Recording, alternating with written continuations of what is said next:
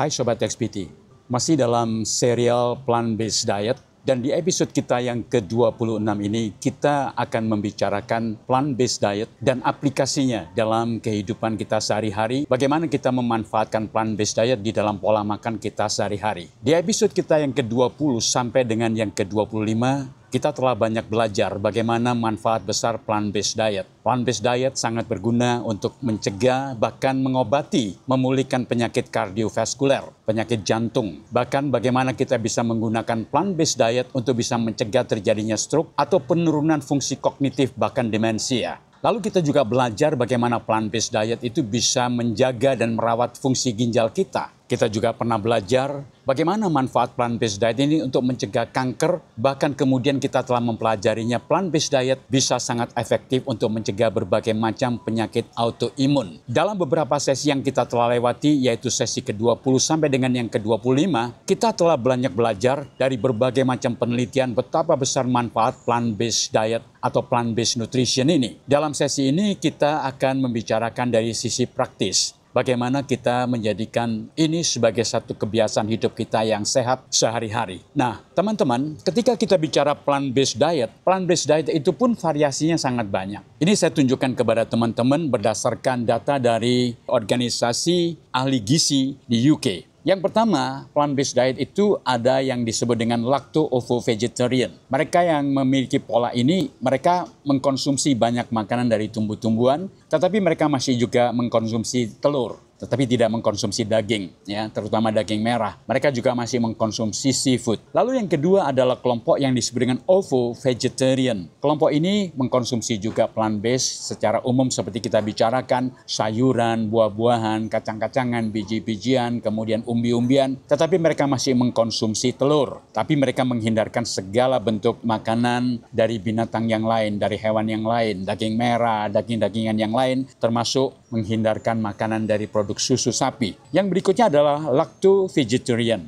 Ini adalah mereka yang mengkonsumsi plant-based diet dengan produk-produk dari susu. Mereka tidak lagi mengkonsumsi telur, tidak mengkonsumsi unggas, tidak mengkonsumsi daging. Lalu yang berikutnya adalah kelompok yang disebut dengan vegan. Mereka ini sama sekali tidak mengkonsumsi produk-produk dari animal, termasuk susu, ya, termasuk daging-dagingan, bahkan madu pun mereka tidak mengkonsumsinya. Lalu ada kelompok yang disebut dengan pescatarians. Mereka ini kelompok yang masih mengkonsumsi ikan. Jadi plant-based diet ditambah ikan. Nah, saya pikir saya masuk dalam kategori pescatarian ini karena saya masih mengkonsumsi ikan. Dan yang terakhir adalah kelompok yang disebut dengan semi-vegetarian. Mereka ini lebih fleksibel, ya. Mereka kadang masih menggunakan daging, seafood, ya. Kemudian dari susu, telur, tetapi paling banyak didominasi dari plant-based diet. Nah, teman-teman bisa mengeksplorasi dalam situasi kesehatan dan kondisi teman-teman masing-masing untuk bisa memilih dari berbagai macam pilihan plant-based diet ini yang memang ragamnya sangat luas. Tetapi yang paling penting adalah setiap kali kita mengambil pilihan untuk mengkonsumsi jenis makanan tertentu, pola diet tertentu, itu kita lakukan dengan satu kesadaran untuk satu tujuan kesehatan kita masing-masing. Teman-teman ikuti terus sampai akhir dari episode ini supaya teman-teman bisa mempraktekkan ini dalam kehidupan sehari-hari.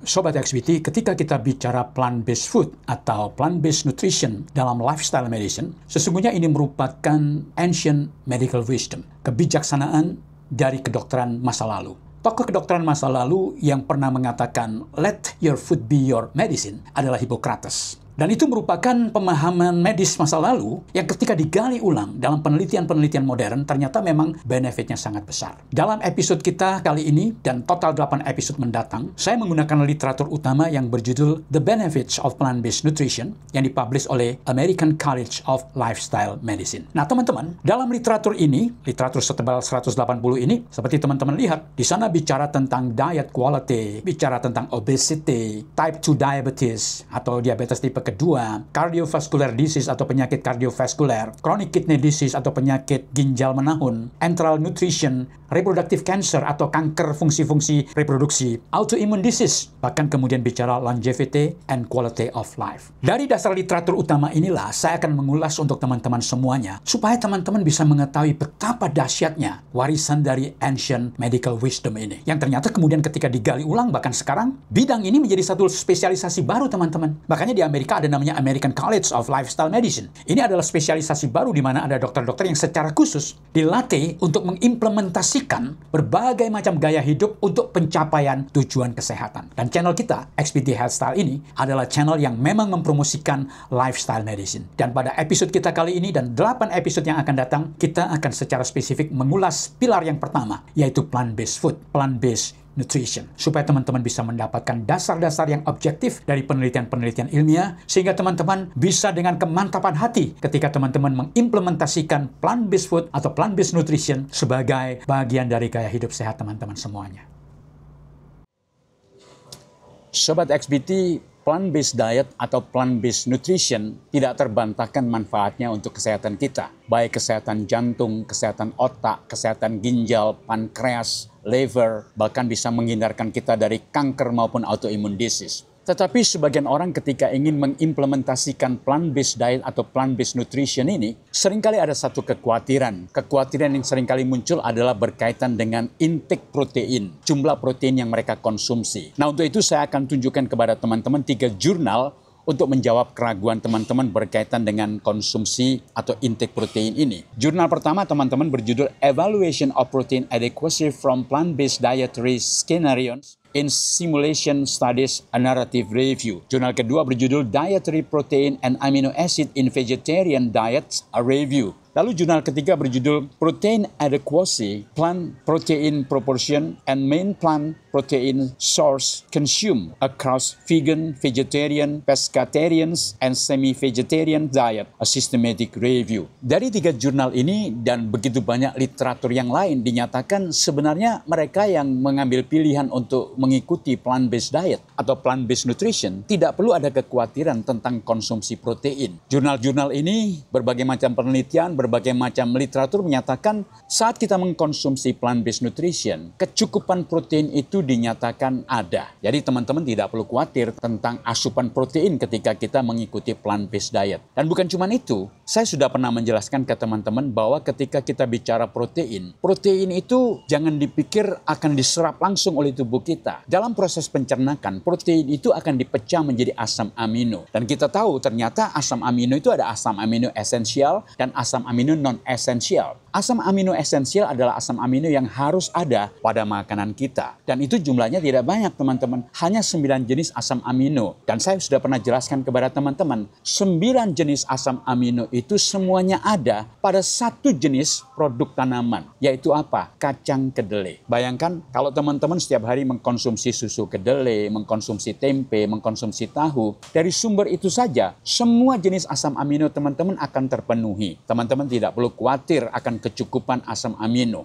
Nah, asam amino ini ketika masuk dalam tubuh kita akan mengubahnya menjadi asam amino lain yang non-esensial tadi. Kalau memang ada kebutuhan asam amino jenis yang lain. Baru setelah itu asam amino ini akan digunakan untuk memproduksi hormon, pembentukan sel-sel otot, pembentukan tulang, dan berbagai macam organ tubuh kita yang lain. Semuanya itu memang membutuhkan asam amino ini. Dan yang menarik teman-teman adalah ketika tubuh kita itu mengalami proses katabolisme. Katabolisme itu adalah satu kondisi di mana tubuh kita ini dipecah. Misalnya waktu kita olahraga, pasti akan ada kerusakan di otot-otot kita karena kita olahraga. Atau dalam waktu tertentu, sel-sel tubuh kita itu memiliki lifespan dan akan mengalami kerusakan. Pada saat ada kerusakan sel-sel tubuh karena lifespan-nya sudah sampai, atau karena kita melakukan aktivitas fisik yang membuat adanya kerusakan, maka organ tubuh kita yang dipecah tadi itu, yang mengalami katabolisme tadi, itu akan melepaskan asam amino. Dan yang menarik, asam amino yang dilepaskan oleh proses katabolisme dalam tubuh kita itu tidak sepenuhnya dibuang teman-teman. Tubuh kita masih bisa melakukan proses recycle, memanfaatkan asam amino yang dikeluarkan dari proses katabolisme di dalam tubuh kita. Jadi akan di-recycle, didaur ulang untuk dimanfaatkan kembali. Maka dengan pemahaman seperti itu, ketika kita mengkonsumsi makanan dari plant-based diet yang memenuhi semua kebutuhan esensial asam amino yang tadi saya katakan, dari satu jenis saja, yaitu kacang kedelai, semuanya sudah ada. Apalagi kalau kita konsumsinya sangat beragam. Ada kacang kedelai, ada kacang hijau, ada kacang tanah, ada kacang tolo, ada kacang merah. Ya. Dan bahkan ketika kita mengkonsumsi sayur-sayuran atau buah-buahan, di sana pun seringkali kita mendapatkan asam amino. Jadi ketika kita plant-based diet, teman-teman, ya, kita tidak perlu mengalami kekhawatiran akan kekurangan protein. Semuanya akan tercukupi, baik jumlahnya maupun jenisnya. Ya. Itu sebabnya plant-based diet ini yang sudah kita ketahui dari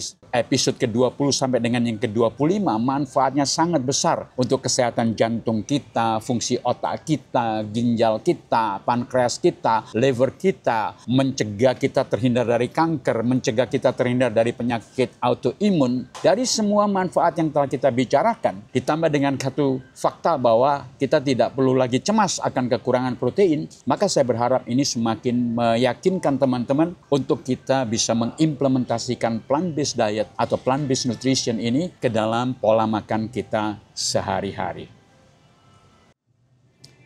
Sobat XBT, keraguan berikutnya yang sering kali muncul ketika orang ingin mengimplementasikan plant-based diet atau plant-based nutrition adalah ketika kita bicara dalam masa tumbuh kembang, anak-anak maupun remaja yang merasa masih membutuhkan banyak asupan protein untuk pembentukan otot. Apalagi bagi mereka yang ingin menjadi atlet binaraga, ya, bodybuilder. Nah, untuk menjawab keraguan teman-teman akan situasi ini, saya akan tunjukkan satu jurnal buat teman-teman. Jurnalnya berjudul Completely Plant-Based Diet That Meet Energy Requirement for Resistance Training Can Supply Enough Protein and Leucine to maximize a hypertrophy and strength in male bodybuilders, a modeling study. Jadi dalam penelitian ini terjawab teman-teman, bahwa kalau kita mengkonsumsi plant-based diet, asalkan kita makan dalam porsi yang membuat kita bisa melakukan aktivitas, ya, olahraga beban, ya, strength training, olahraga beban, dan kita nggak kelaparan, itu pasti akan tercukupi kebutuhan protein itu, bahkan bisa membentuk otot.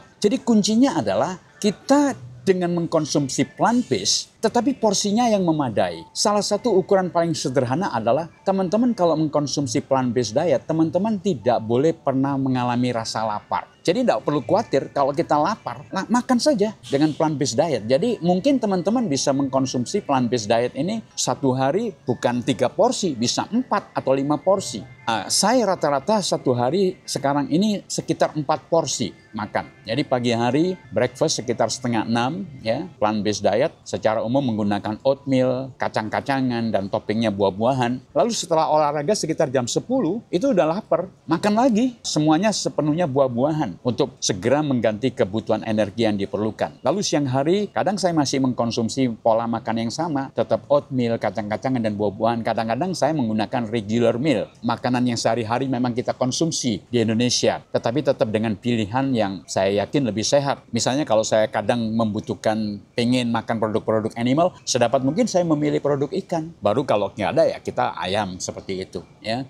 Dan kemudian sore hari melakukan konsumsi yang sama, plant-based diet lagi. Nah, kadang-kadang kalau saya ada aktivitas yang cukup tinggi, sekitar jam 7 malam, karena makan sore kami sekitar jam 5. Tapi jam 7 malam kadang-kadang ada lapar, saya makan lagi, biasanya makan pisang. Dengan pola asupan seperti itu, dalam penelitian ini, kita tidak akan kekurangan protein. Kita orang-orang yang tidak ada dalam kebutuhan untuk pembentukan otot yang besar seperti atlet binaraga, kebutuhan protein kita adalah 0,8 gram per kilogram berat badan kita. Jadi tidak terlalu banyak, dan itu bisa dicukupi semuanya dengan plant-based diet. Yang tadi saya katakan, bahkan atlet binaraga saja bisa sepenuhnya plant-based diet, plant-based nutrition, tanpa dia akan kesulitan untuk membentuk otot-ototnya. Jadi teman-teman, kalau olahraga berat seperti itu saja bisa tercukupi, bukan hanya energi untuk aktivitasnya, bahkan kebutuhan protein untuk pembentukan otot saja bisa terpenuhi dengan baik. Apalagi kalau kita hanya bicara anak-anak atau remaja yang dalam proses tumbuh kembang yang memang masih membutuhkan begitu banyak nutrisi, protein untuk pembentukan otot-otot tubuhnya, tidak perlu khawatir. Jadi para orang tua bisa membicarakan ini dengan anak-anak yang dalam proses tumbuh kembang. Kalian remaja yang sedang proses tumbuh kembang dan ingin memiliki kesehatan jangka panjang yang baik, bahkan ingin membentuk otot yang baik, tidak perlu ragu-ragu untuk mengimplementasikan plant-based diet, plant-based nutrition. Karena dalam episode kita ke-20-25, kita sudah belajar betapa besar manfaat dari plant-based diet ini. Bisa mencegah sakit jantung koroner, bisa mencegah stroke, bisa mencegah gagal ginjal, bisa merawat fungsi liver kita, bisa mencegah kita terkena kanker, bisa mencegah kita terkena penyakit autoimun dengan manfaat yang begitu besar yang membuat kita memiliki longevity, bisa mencapai umur yang maksimal dalam batas umur yang ditentukan pencipta untuk kita, bahkan memiliki health span yang panjang, masa sehat yang panjang, sehingga kita tetap bisa produktif dalam tahun-tahun kehidupan kita yang dianugerahkan oleh pencipta. Jadi teman-teman, tidak perlu ragu-ragu lagi. Implementasikan plant-based diet ini ke dalam pola kehidupan kita sehari-hari. Dengan cara itu, kita bisa memiliki kesehatan yang maksimal.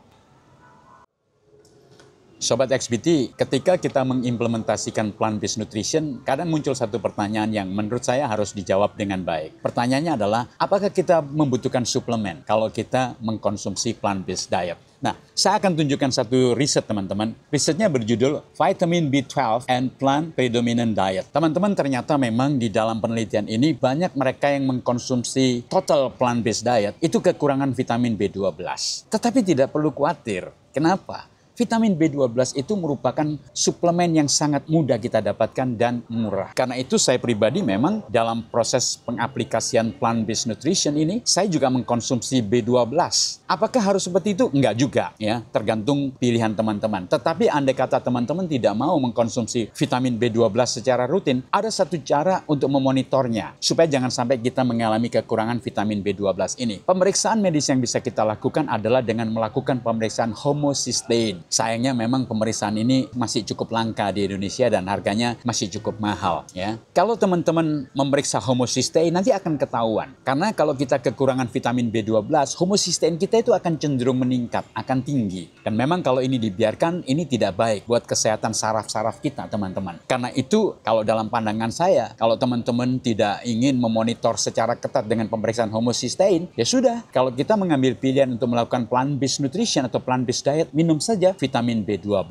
Tetapi di samping itu dalam konteks kita di Indonesia, teman-teman, rupanya dalam penelitian di Indonesia dan hampir di seluruh dunia sebenarnya, itu kebanyakan kita itu kekurangan vitamin D. Padahal vitamin D ini merupakan nutrisi yang sangat diperlukan oleh tubuh kita. Bukan hanya untuk kesehatan tulang, tetapi vitamin D ini bahkan bisa meningkatkan imunitas kita. Ada satu sel yang disebut dengan makrofag. Makrofag ini sel yang ada dalam imun sistem kita, sistem kekebalan kita. Sel ini harusnya ada di aliran darah. Nah, kalau dia berada di aliran darah, maka makrofag ini ketika ada mikroorganisme jahat, kuman-kuman, bakteri, virus, makrofag ini akan bisa memakan mereka, ya. Tetapi kalau kita kekurangan vitamin D, makrofag ini masuk ke dalam tulang, teman-teman. Dan rupanya waktu dia masuk ke dalam tulang, sifatnya berubah. Dia akhirnya menggerogoti tulang-tulang kita dan itu mempercepat terjadinya osteoporosis. Karena itu kalau kita mengkonsumsi vitamin D dalam jumlah yang cukup, maka kita bisa memastikan makrofag kita itu keluar dari tulang-tulang dan berada di aliran darah. Sehingga dia berada di tempat yang benar, melakukan tugasnya dengan benar, imunitas kita menjadi baik, dan tulang-tulang kita menjadi sehat. Karena itu, dalam pandangan saya, kalau kita mengkonsumsi plant-based nutrition, atau kita memilih diet apapun, dalam konteks kita di Indonesia, maka menambahkan suplementasi vitamin D itu merupakan satu pilihan yang baik untuk merawat kesehatan kita secara utuh. Nah, kalau teman-teman tinggal di negara 4 musim, saya mengingatkan supaya pada musim dingin, teman-teman juga meningkatkan asupan nutrisi vitamin D ini. Kenapa? Karena vitamin D ternyata juga punya pengaruh untuk mental health kita, teman-teman. Jadi ketika kita ada dalam musim dingin, matahari berkurang, jumlah vitamin D juga yang bisa dirubah dalam tubuh kita berkurang pada musim dingin di berbagai negara 4 musim, mental health problem itu meningkat. Ada fenomena yang disebut dengan winter blue. Pada musim dingin, banyak orang itu mulai merasa suasana emosinya itu menjadi suntuk, males, seperti orang yang sedang mengalami depresi. Walaupun dia sebenarnya nggak depresi, tetapi karena kekurangan vitamin D bisa menyebabkan situasi seperti itu. Itu sebabnya di negara-negara 4 musim seperti UK misalnya, itu dianjurkan pada musim dingin masyarakat setempat mulai menambahkan suplementasi vitamin D supaya mereka bisa memiliki kualitas kesehatan yang baik, bukan hanya imunitasnya, bukan hanya kesehatan tulangnya, tetapi juga mental health-nya. Dan yang ketiga, suplemen yang perlu kita tambahkan kalau kita plant-based diet adalah kita memerlukan asupan tambahan omega 3. Karena kita jarang mengkonsumsi makanan dari hewan atau atau bahkan konsumsi makanan dari ikan, maka kita membutuhkan asupan tambahan suplemen omega 3. Dan itu pun sangat mudah kita dapatkan. Kita bisa membelinya di berbagai tempat dengan harga yang relatif murah dibandingkan dengan manfaatnya yang begitu besar. Omega 3 ini akan menopang kesehatan pembuluh darah kita, menopang kesehatan jantung kita, menopang kesehatan otak kita, menopang sistem imun kita. Jadi sangat besar manfaatnya. Jadi teman-teman, kalau kita mengimplementasikan plant-based nutrition, kita tidak perlu khawatir kurangan protein karena semuanya akan tercukupi. Asalkan kita melakukan plant-based diet dan jangan pernah mengalami kelaparan. Kalau terasa lapar, cepat makan dengan plant-based diet. Begitu juga dengan suplementasi yang tadi saya katakan, B12,